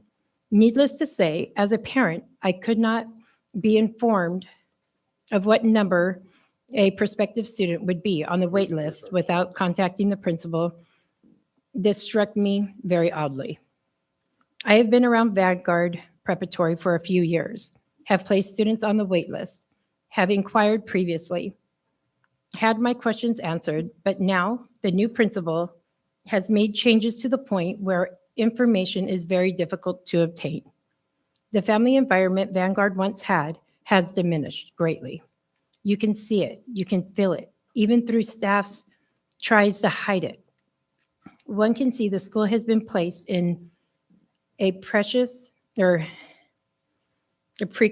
sad situation since Principal Martinez has taken over from the previous administration. Board, please assist in bringing back Vanguard Preparatory School that parents, students, and staff once knew.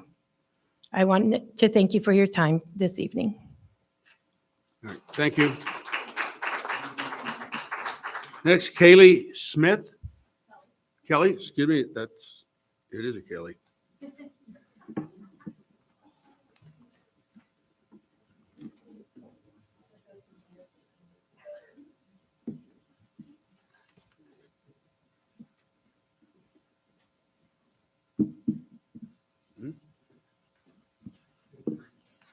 Hello. Hello, my name is Kelly, and my son attends kindergarten at Vanguard. While volunteering at the school last month, I witnessed a proctor grab and yell at kindergarten students, push them into line, yell at a boy for going to the bathroom, forcibly move a little girl across the cafeteria for having her jacket on the table, scream at a little girl for swinging on the swing, and worst of all, I saw this proctor grab a little girl for holding hands with her friend. 5. This little girl is 5 years old. This proctor told her that she was a bad girl and told her to stand in the middle of the cafeteria as her form of punishment, and she had to wait there until all the other kids went to recess. So I did what any good parent and witness would do when these incidents might come up. I reported these issues to the principal, who did not seem to care or take these allegations seriously. So I took this matter to the district. I was eventually told that this proctor was placed on administrative leave and was ordered to take training, but she was back at her job within a week. I was also promised that there would be an influx of proctors that only lasted a week to look after our children. Not only is she back, but I have now been told that it is policy that I am not allowed to be on campus without a certified employee with me at all times. I was even told at one point I am not allowed to help out any other single teacher except my son's. Even though the principal herself originally pulled me into her office and told me I am more than welcome to come into the cafeteria and at recess, and that they could use the extra set of eyes. So was this policy put into place to retaliate against reporting inappropriate behavior from staff? Because if I was the only one reporting this proctor's inappropriate behavior, clearly the other staff are willing to turn a blind eye or fear repercussions for reporting to other staff members. Either way, where are the checks and balances meant to protect our children? This district is setting itself up for a lawsuit from parents whose children are not being protected from the people whose job it is to protect them. And then to claim to have the policy in place that prevents parents from volunteering to help.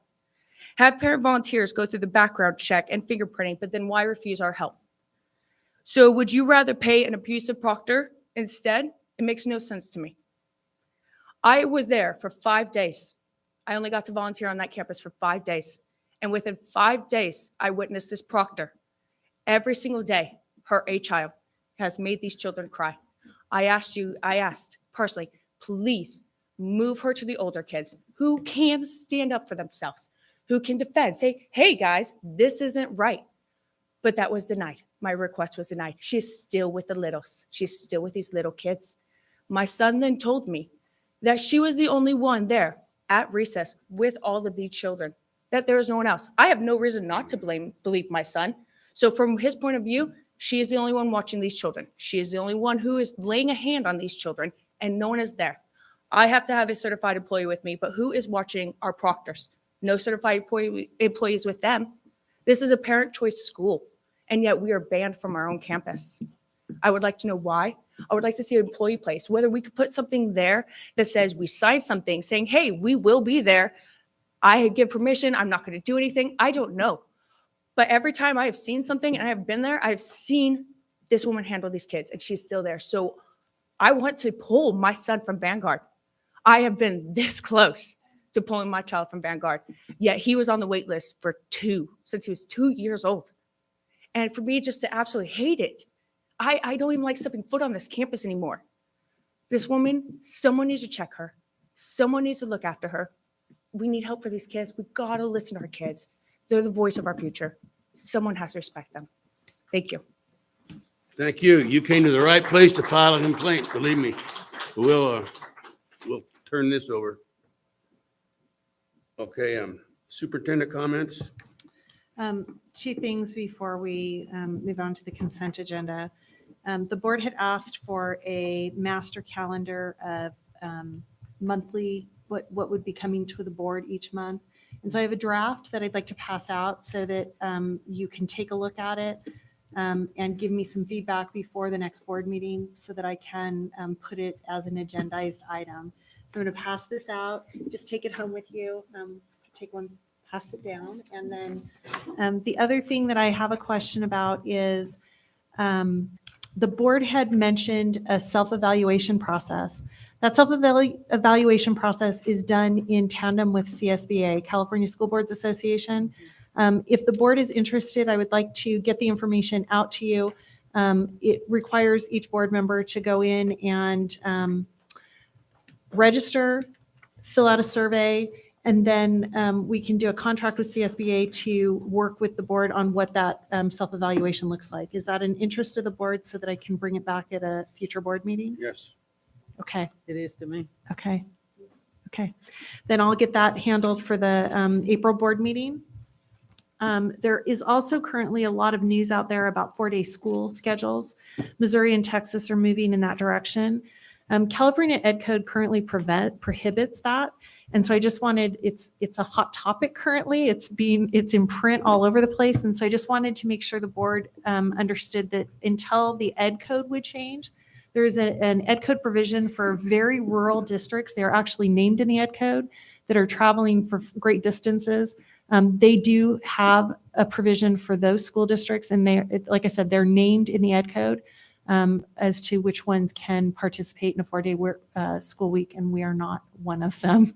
So thank you. Thank you. Do any of the board members have comments anymore? Rick? No, sir. Amanda? No. Gary? No. Maria? I do. I'm going to request that the superintendent at least take some time to get the information from this parent who says she's been. Oh, she will do that. So please take the time. I told you, we'll get into it. Yeah. All right. Thank you. That's all I had. Ditto on what you said. All right, let's move on here. Public hearing. Receive public input on the Apple Valley USD transportation plan. The meeting will open at 8:34. We have to stay in this meeting for 1 hour. No, One- no, Mr. Schullenberg. Mr. Bender, if I could, as part of the public hearing, I'd like to take about a minute of the time, just to let the board know that this particular plan, this is a new requirement based on the legislation that created the Home to School Transportation Reimbursement Program. So we're reimbursed up to 60% of our expenses that are over our previous transportation contribution that we receive.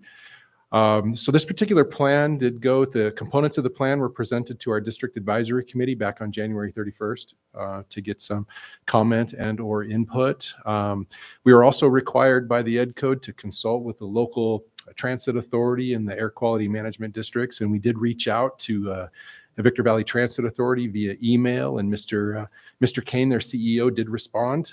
No comments or suggestions, but he did respond, and he thanked us for sharing the plan. And also a representative from the Mojave Desert Air Quality Management District also did respond to the email and pointed me to a website, which I did look, and they provide some resources for school districts related to transportation infrastructure, electric buses, and charging station grants. So I think that's about a minute. If the board has any questions for me during the public hearing. Really fast, but I did want to just indicate that the plan did require us yes. to also allow for remote public comments. We did not receive any remote public comments pertaining to the transportation plan. Thank Okay. you, Kylie. All right, then we've met our time limit. So we'll bring this public hearing to a close. The time will be 8:36. That was a quick hour. Special meeting, none at this meeting. Discussion action session.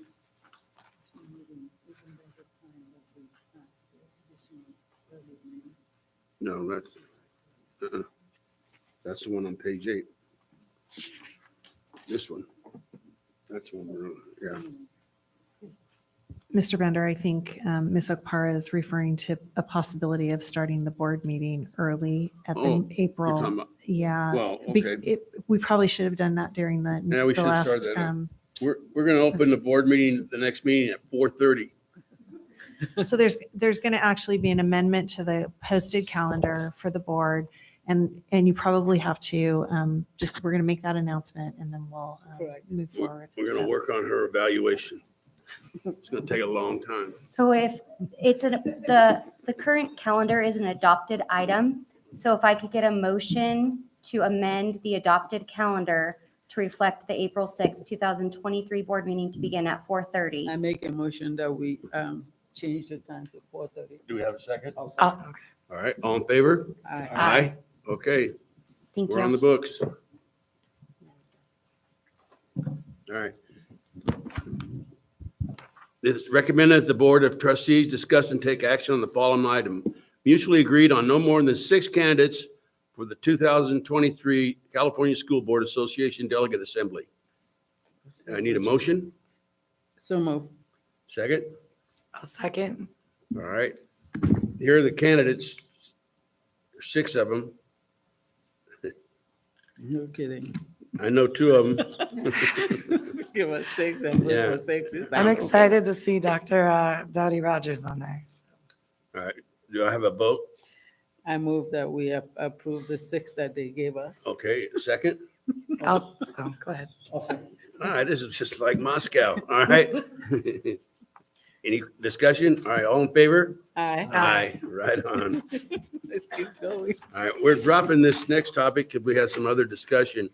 Approve the certificated and classified personnel actions as listed. I move that we approve the certificated and classified All right, personnel have a actions. second?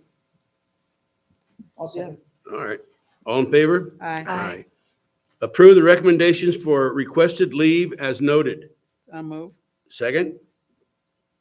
I'll second. All right, all in favor? Aye. 5-0. Approve the recommendation of the administrative hearing chairperson effective immediately on expulsion case number 12, 2022 through 23. I move. I'll second that. All in favor? Aye. Aye. Expulsion case number 4, 2022 through 23. So move. I'll second it. All in favor? Aye. Aye. Expulsion case stipulated number 5, 2022-23. I move. I'll second. All in favor? Aye. Annual review AR number 11, 2022 through 23. Need a motion? I move. Second? I'll second it. All right, all in favor? Aye. Aye. Annual review, AR number 12, 2022 through 23. I need a motion. Move it. Second, I'll second. all in favor? Aye. Sign the letter of support for the AVUSD Family Centers and Food Pantry. Move the item. Mariana Torres, Director of Equity and Access, will provide a presentation prior to the voting. Sorry about that. I'll withdraw the motion till we have the presentation. Don't move yet. Did you bring food too? I saw you in the back. I don't know what you were doing here. I was looking. I'm still gonna make. This a lady's motion. one of the hardest workers in the district. You can sit there. Yeah, I can sit there. Hello, everybody.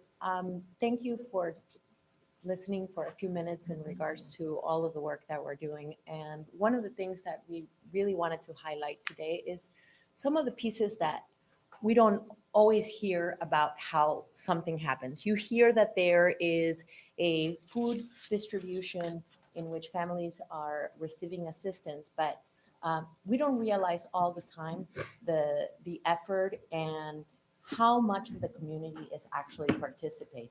So I apologize. Folks at home. Yeah, I should know this. I'm not used to standing next to. Yeah, thank you. Go ahead. All right. So we wanted to put a few slides together. We wanted you guys to see some pictures because really this is a community effort. The amount of different partnerships that have formed through this program is just one of those things that you have to come and see. And if you come and see, we will put you to work. So we want to make sure that you have a little bit of background in regards to why it's so important that we have an opportunity to support the food pantry in our district. We actually started during the pandemic out of the need in our family centers to make sure that we had some food security for our families.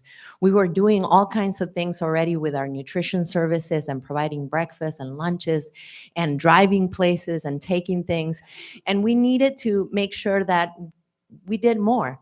So Pat Shelby, who was our director of child welfare and attendance at that point, worked with our family centers and actually applied for a No Kid Hungry grant, which at that point, they reimagined this district office to include our old cafeteria here at Apple Valley Middle School to be the one that actually served our families. And we started really small. We started actually with about 20 to sometimes 40 families serving every week, Fridays from 1 to 3. And we started with purchasing food and things like that we were actually just trying to get from the community. But once we started that and the word got out and it got bigger, and Second Chance Harvest actually came on board and partnered with us. Now, they are actually located in Hesperia, and they give us the opportunity to pick up food and fresh produce from them every single week. In turn, we have established a system in which every single thing that comes to us, we're able to give out that same day. But that takes a lot of work. We have students from High Desert Premier Academy. We have students from Apple Valley High School. We have students from Granite Hills that come and support us. We have volunteers from our community that come and work. We have College Corp fellows that actually are here every single week. We have our family center coordinators. We have community members. We have an array of people who support our efforts. As a matter of fact, our superintendent, our assistant soups, many of you have stopped by and have done some things as well to just make sure that everything keeps going smoothly. And it's just one of the most wonderful things to see in the world. One of the parents actually made that comment. That's why I put it in the beginning of this presentation, because we said, hey, have a great weekend. hope to see you again. If you need anything, let us know. And they turned around and said, you help one box at a time. So that kind of stuck with us in regards to why we do this. One box at a time, one family at a time. And as we started to grow, Feeding America actually reached out to us and said, we have a process in place in which you don't have to pay full retail price. Whatever we have in our inventory will be 19 cents a pound. So we were able to actually provide some stable items that really kind of bring in and help out, just make sure that we can make ends meet so that money can go to something else. So our families really benefit from being able to do that. And just because numbers are important. And I know that you guys get our numbers from the family centers and the food pantry on a monthly basis in your report. But I did want to point out that as of today, 160 to 180 families walk through here, right outside of the other side of that NPR, from 1 to 3 p.m. and have the ability to have that help that they need. And so we have served, last year we did 14,676 households. And this year alone, we're already at 16,458. So thank you. I appreciate it.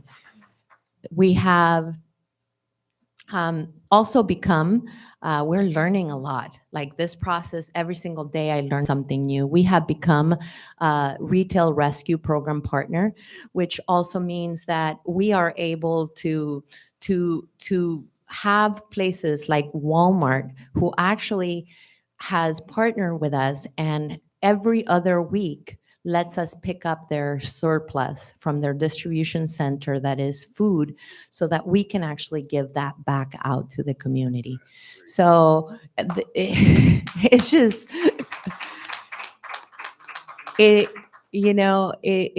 it's just one of the most rewarding things that you can put together, because at the end of the day, it's every single individual in this system who's making this happen.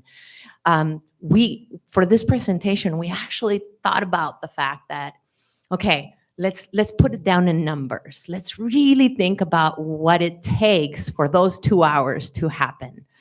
And when we crunched all the sign-in sheets and all the numbers and all the volunteer hours and all of the work hours with all the people that are involved, over 200 hours of combined community effort go into those 2 hours every week, because we create meal plans and we create recipes to make sure that they know how to use it. We put meals that are bagged by volunteers. Then we create the boxes with whatever we receive on Friday, which we never know what it is. So it's always a surprise. It's one of the most interesting things to do. And then the meals are finally distributed by Friday, and every single meal will go out to the community. So I only put that together because we do follow our guidelines. We want to make sure that we serve as many members of the community as possible, so that we can spread the wealth and we can make sure that we're taking care of them. But really, this is the community in action. These are all of the individuals that come together and just work from their heart and make sure that they stop what they're doing, and they come and they organize and they make sure that they give that time back. And I have to tell you, you have heard here before, the students, the way that they keep coming back, we can't keep them away. They're like, are you sure you don't want us to be here on Monday and Tuesday too? So we're like, no, it's okay. Like, we do that on Wednesday. So it's very rewarding. And I just want to tell you guys, we could not do this if it wasn't because you guys supported us. You saw outside of the box on what was needed, and you said, this is what we're going to do because we can. I don't know if you guys know this or not, but we are the only school district food pantry that's ran the way that in the high desert. Right on. So it's very exciting. We want to make sure that we're doing what we need to do, and that we get to teach our kids how this service really benefits all of us and takes care of all of us. So thank you. I am sorry that I took so much time, but I do want to highlight some of our partnerships because it started with one. The neighbor value. Started with, a crazy idea, and you guys made sure that we were given the space and we were given the opportunity to see it grow so that we can take care of our families. So what's next? I know, you guys know me. There's always a next. There's always a next. We are actually looking and starting the process with the county to become a certified food pantry that's recognized across the nation.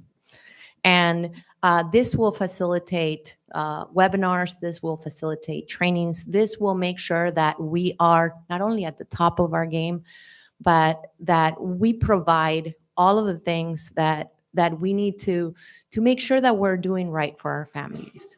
So the county has already been here. They're already submitting our application.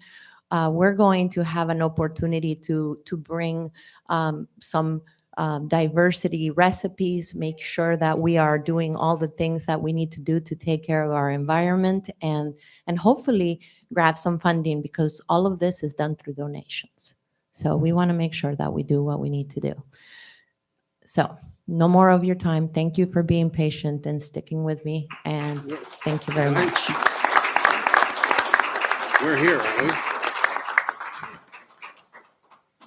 All right, thank you, Marina. I'm going to make the motion again to support the letter of support. All in favor? Aye. Okay, now we're on number 5, right?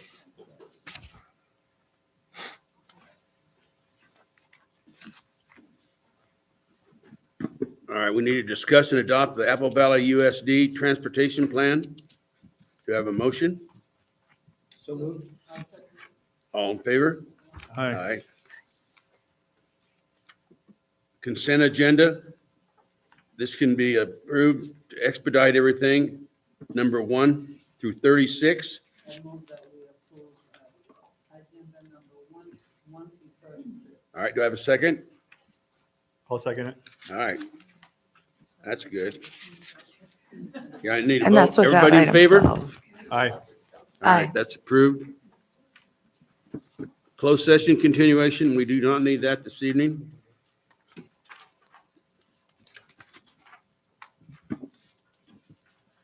Closing items, we'll sign the documents. Do I have a motion for adjournment? Move it. We need to get out of here before 9. So moved. All in favor? Aye. Aye. You guys all have a nice evening. Thanks for coming. This is democracy at its best. Thank you. I don't know how I got my pages turned over.